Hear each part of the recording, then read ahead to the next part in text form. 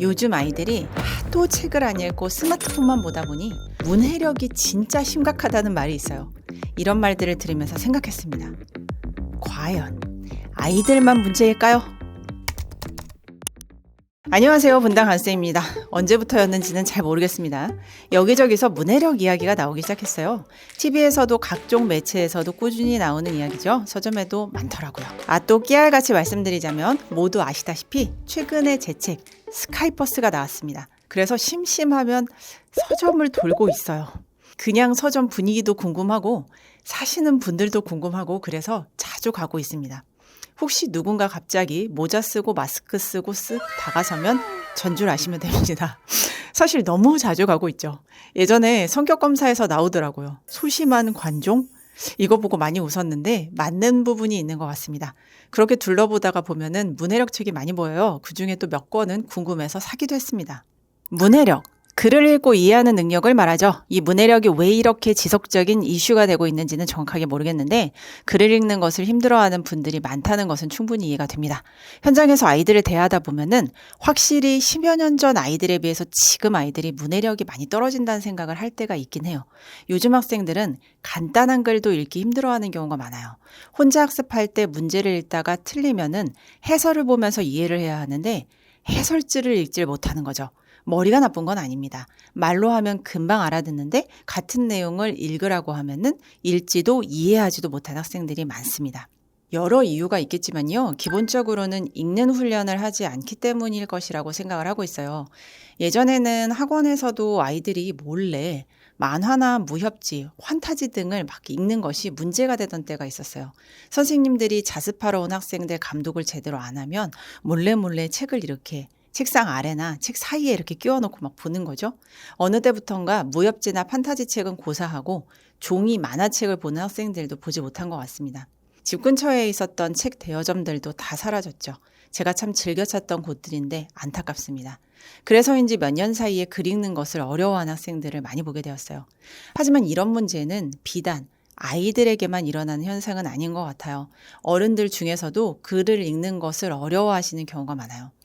학부모님들께도 단체 문자를 보내거나 공문을 보내면 그 내용을 제대로 이해하시지 못하시는 경우가 많아가지고 학원 실장님께서 많은 분들께 여러 번 다시 반복적으로 설명을 해드리곤 합니다.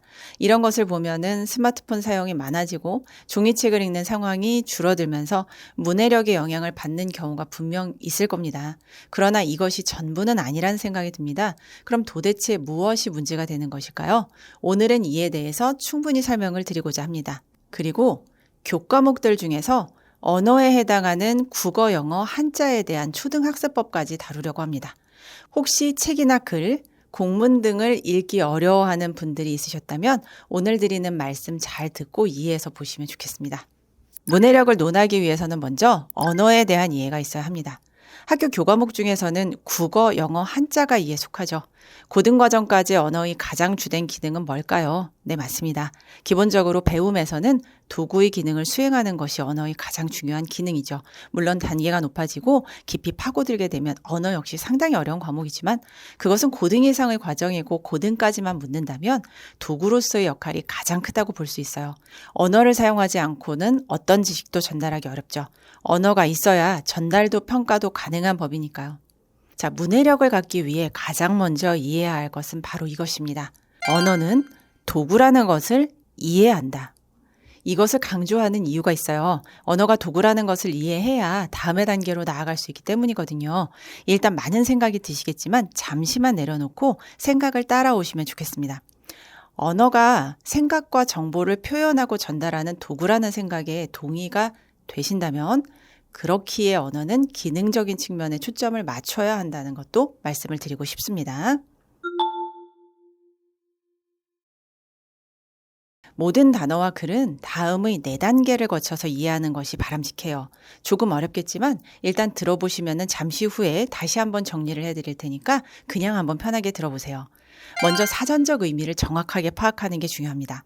사전적인 의미를 파악할 수 있어야 글의 정확한 목적을 이해하고 제대로 해석할 수 있기 때문이죠. 단어의 사전적 의미를 파악했다면 그 다음 과정은 문맥적 의미를 파악하는 거예요. 문맥적인 의미를 이해하려면은 단어를 구와 절, 문장 단위로 확대해서 보면서 어떻게 쓰였는지를 이해해야 합니다. 예를 들어서 내가 사랑한 우리 어머니의 눈물입니다 라는 문장에서 이 눈물은 사전을 찾으면은 눈에서 흐르는 맑은 액체 정도로 설명되어 있어요. 그렇다면 책에 등장한 어머니의 눈물의 의미는 어머니 눈에서 흐르는 맑은 액체 정도로 쓰인 걸까요? 그렇지는 않을 겁니다. 아마도 어머니의 사랑, 배려, 희생 등을 의미하는 것이겠죠. 이렇게 글을 읽고 사전적 문맥적 의미까지 파악하고 난 뒤 일정 수준이 되면은 글에는 쓰여 있지 않지만 꼭 알아야 하는 것들은 스스로 유추해낼 수 있어야 합니다. 이 글의 주제를 파악하고 전체적인 맥락을 이해한 다음에 개인의 배경 지식을 총동원할 때 할 수 있는 영역이죠. 한두 단어나 한두 문장만 보고 말하는 게 아니라 글의 전체를 파악할 수 있는 능력이 발휘되어야 합니다. 그리고 이것이 된 이후에는 비로소 글에 대한 비판적 읽기 능력을 발휘할 수 있게 되는 거죠. 정리하자면 문해력 4단계는 다음과 같습니다. 1. 단어의 사전적 의미 파악. 2. 단어의 문맥적 의미 파악. 3. 숨겨진 뜻 유추. 4. 비판적 창의적 사고. 제가 지금 말씀드린 내용은 중등고등 교과서에서도 수없이 나오고 있는 말들이죠. 자신의 의견을 펼치거나 비판을 하는 과정은 위에 1번에서 3번까지의 과정 이후 진행되는 것이 좋아요. 그래야 많은 사람이 공감할 수 있고요. 불편하지 않은 비판을 비로소 할 수 있게 되는 것입니다. 1번부터 3번까지의 과정은 싹 무시하고 토론부터 하거나 비판부터 하는 것을 배우는 것은 좋은 방향은 아니라고 개인적으로 생각하고 있어요. 자, 예를 들어서요. 춘향전이라는 작품에 대해서 제대로 배워야 한다면 당시 시대 상황에 대해서 정확하게 배우고 지금은 알기 어려운 어휘들의 사전적인 의미부터 파악하는 것이 1번이 되어야 한다는 것입니다. 아전, 사또, 어사, 포승줄 이건 지금 없는 단어들이죠. 이런 의미들을 하나하나 이해하고 남어는 어디에 있는 것인지도 파악을 하고요. 이렇게 하면서 먼저 단어를 이해하는 겁니다. 그리고 수없이 등장하는 반어적인 의미, 예를 들어 자신의 신분을 속이고 춘향을 떠보기 위해 수청을 들어라 라고 요구한 몽룡의 말에 아이고 참 명간이로구나 라고 춘향이가 코웃음을 친 이유는 무엇인지를 파악하는 것.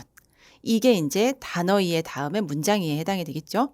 또 당시의 조선의 역사나 사회적 분위기는 어떠했는지, 민중들의 소망이 무엇이었을지, 이 작품이 이토록 오래 사랑받는 이유가 뭔지를 또 생각해 보는 거. 이것은 유추를 통한 글 이해가 되는 것이겠죠. 자, 이런 것들이 먼저 되어야 한다는 거예요. 이러한 과정을 다 건너뛰고 한 장면만 탁 확대를 해서 자기 생각을 말해보라고 한다거나 이에 대해서 막 토론을 먼저 하자고 하는 것은 바람직하지 않다고 하는 것이죠. 여기서 선생님의 개인적인 정치, 종교, 편향된 가치관이 개입된다면 그것은 더더욱 바람직하지 않습니다. 문해력을 원하신다면은 딱 여기까지만 반복적으로 훈련하시면 정말 많이 좋아지실 수 있어요. 이거는 성인이든 아이든 마찬가지예요. 여기에 조금 더 욕심을 내서 우리 아이가 교과목 학습을 위해 문해력을 더 탄탄히 갖추길 바란다면 다음과 같이 하시면 됩니다. 문해력 성장시키기 좋은 과목은 언어를 담당하는 국어, 영어, 한자 세 과목이요. 앞서 말씀드렸듯이 고등까지 언어인 국어, 영어, 한자 학습의 가장 기본적 기능은 도구로서의 기능이기 때문이에요. 하지만 각 과목별 특성이 다르기 때문에 도구로서의 활용도 약간씩 다른 부분이 있습니다. 그렇다면 초등 과정에서 언어의 기능을 하는 과목들은 어떻게 학습하는 것이 좋을까요? 자, 국어는 위에서 이야기한 문해력 성장시키기 4단계 중에서 1단계에 해당하는 부분을 해결해 주시는 것이 초등 때는 가장 중요하죠. 즉, 정확한 단어 뜻을 이해하는 것이 최우선이고 초등 때는 특히나 이 부분이 최우선이라는 거예요. 문맥상 의미를 파악하는 것은 사전적 의미의 뜻을 충분히 익힌 다음이 되면 좋겠습니다. 느낌상, 맥락상 뜻을 이해하는 거 물론 좋죠. 하지만 사전적 의미 정확하게 먼저 알고 맥락상 이해하는 것과 그게 아닌 거는 큰 차이가 있어요. 잘못하다가는 항상 대충 느낌으로만 느낌 아니까 이런 수준이 될 수도 있어요. 국어는 장차 고등까지 모든 학습을 배울 때 근간이 되는 언어예요. 특히 학습에서 사용되는 국어의 의미는 문학 같은 부분을 제외하면 정확한 사전적 의미를 묻는 경우가 훨씬 많죠. 때문에 사전적 의미를 파악하는 것을 중요하게 생각할 수 있도록 사전 활용을 많이 했으면 좋겠습니다. 만약에 우리 아이가 전체적인 독해력이 좀 떨어지는 듯 보여도 너무 초조해하지 하지 마시고요. 하루에 한두 단어, 이것이 부담스럽다면 일주일에 2번, 3번이라도 한두 단어씩 사전을 찾아보는 습관을 들여주시면은 이후 학습적인 측면에서 엄청난 발전이 있을 겁니다. 이렇게까지 확신하는 이유는요, 저희가 실제로 고등학생들에게도 활용하는 방법이기 때문이에요. 뭘 찾아야 좋을지 모르겠다면 그날 배운 교과서에서 찾으시면 됩니다. 전문적으로 운동을 했던 친구가 부상 등으로 뒤늦게 고등에서 공부를 시작하거나 어떤 연유로든 뒤늦게 고등 공부를 시작한 학생들은 마지막까지 힘들어하는 부분이 바로 이런 부분들이에요. 의외라고 생각하시겠지만은 오히려 수학 성적이 제일 빨리 오릅니다. 방향을 정확히 맞춰주면 문과는 수학 같은 경우에 단숨에 1등급까지 가장 빠르게 성적을 만들기도 해요. 오히려 국어, 영어에서 한계에 부딪히는 경우가 늦게 시작한 학생들에게는 좀 더 많습니다. 고급 어휘가 발달될 시기를 놓쳤기 때문이죠. 이런 학생들에게 꼭 해주는 것이 단어 뜻부터 제대로 익힐 수 있게 하는 건데요. 중등, 고등 국어 교과서에 있는 주요한 단어의 뜻을 계속 이해시키고 훈련시킵니다. 방학을 활용해서 매일 괴롭히고 나면 방학 지나고 나서 엄청난 효과를 보죠. 고등이 이러면은 초등은 말할 것도 없습니다. 단어의 사전적 의미를 잘 파악하면 국어 이론은 언제든지 마음 먹을 때 금방 익힐 수 있어요. 본질적으로 영어도 마찬가지예요. 수능과 대입에서 필요한 영어는 일상에서 자주 활용하는 단어들은 아닐 수 있어요. 특히 수능 영어는 문학은 거의 등장하지 않고 주로 비문학만 나오죠. 에세이, 신문기사 혹은 국어 영역 중에 비문학 독해에 해당하는 제시문들이 등장합니다.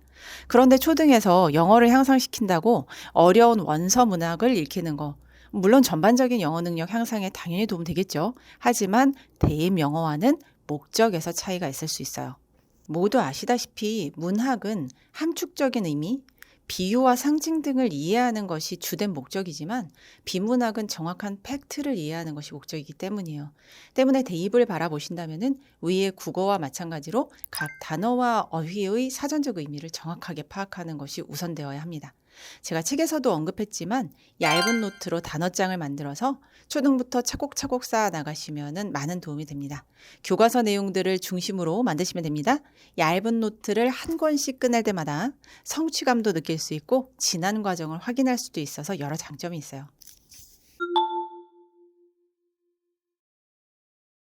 언어의 마지막이죠. 모두 아시다시피 한자는 모든 학문의 근본이 됩니다. 교과서 목차만 봐도요, 한자어가 상당히 많이 쓰인 것을 알 수 있어요. 또 한국어 고급 어휘의 근간이 되기도 하죠. 한자는 글자 하나하나를 암기하고 익히기보다는 한문을 통해 학습하는 걸 추천드려요. 한자는 위에 국어, 영어와는 글자 특성이 다르기 때문인데요. 한글이나 알파벳과는 다르게 글자 자체가 의미를 가지고 있는 뜻글자죠. 하나의 글자에 많은 의미를 담고 있고 또 이 의미들끼리 관련들도 없는 경우가 많아요. 또 잘 쓰이지 않는 의미 또한 많습니다. 이러한 의미로 글자 하나하나의 뜻을 공부하는 것은 비효율적이라고 생각을 해요. 또 쓰이지 않는 한자도 너무 많아서 한자는 자주 활용되는 한자어 위주로 문장을 통해 의미 파악을 하는 것이 효율적이라고 생각을 합니다. 뜻글자들끼리의 조합이 만나서 어떤 새로운 의미를 갖는지 같은 뜻의 한자는 많은데 그중에서도 우리말에서 자주 쓰이는 한자는 어떤 것들인지를 학습하는 거죠. 그래서 한문을 통한 학습법을 추천드렸어요. 그중에서도 옛날 조선시대부터 우리 선조들이 어릴 때 학습한 한문 교재를 추천드렸어요. 바로 사자수학이었죠. 참고로 인터넷 및 각 서점에서 분당강쌤이 추천한 사자수학 이렇게 계속 나오던데 저는 한 번도 특정한 사자수학 책을 딱 지칭해서 추천드린 적은 없습니다. 제 동의도 구하지 않고 이렇게 계속 나오고 있어서 아쉬움이 있어요. 한자는 이렇게 쉬운 문장, 즉 한문이 되겠죠. 한문을 통해 큰 틀을 인지하고 어떻게 쓰이고 있는지를 읽는 것으로도 충분하다고 봅니다. 뜻을 보면서 써보는 것도 좋지만 달달 암기하려는 목적보다는요. 친숙해지기 위해서 하는 정도면 충분하다고 봐요. 초등 과정에서 해야 하는 여러 공부 방법이 있고 좀 더 잘하기 위해 정교화하는 과정도 물론 필요해요. 그런데 저는 초등 과정에서는 국어, 영어, 한자만큼은 본질적으로 위의 학습 정도만 충분히 해줘도 좋고요. 중등, 고등에서 엄청 효과를 볼 거라고 생각을 합니다. 또 진짜 문해력을 갖출 수 있는 방법이라고 보고요. 반대로 수학, 사회, 과학과 같은 과목은 이론적인 부분을 좀 더 많이 학습을 해야 한다고 봅니다. 자, 문해력을 갖추는 진짜 공부법 다시 한번 정리할게요. 1. 한글은 다음의 단계로 글을 읽는 훈련을 해보세요. 단어의 사전적 의미 파악, 단어 이해를 하는 거고요. 2. 단어의 문맥적 의미 파악, 문장을 이해하는 과정입니다. 3. 숨겨진 뜻 유추하기, 글을 이해하는 과정이 되겠죠. 4. 비판적 창의적 사고, 자신만의 관점을 비로소 갖출 수 있게 되는 겁니다. 영어도 위와 유사하게 단어의 사전적인 의미부터 정확하게 파악하시면 됩니다. 한자는요, 쉬운 한문, 예를 들어서 사자소학과 같은 문장을 통해 학습해 보세요. 이 내용은 제 책에서도 설명을 어느 정도는 했는데 문해력이 위주가 되는 책 아니어서 생각을 다 담지는 못했어요. 이 영상을 보시고 책을 보시면 책에서 제가 왜 그렇게 이야기를 했는지도 더 잘 이해하게 되실 거라는 생각이 들어요.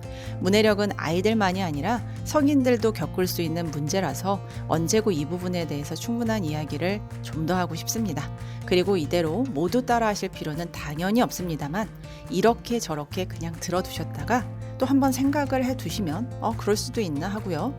적절한 순간에 아이에게 또 딱 맞는 방법으로도 활용하실 수 있을 것 같아서 말씀을 드린 거예요. 그러니까 나름의 각각의 방식으로 도움을 받으셨으면 좋겠습니다.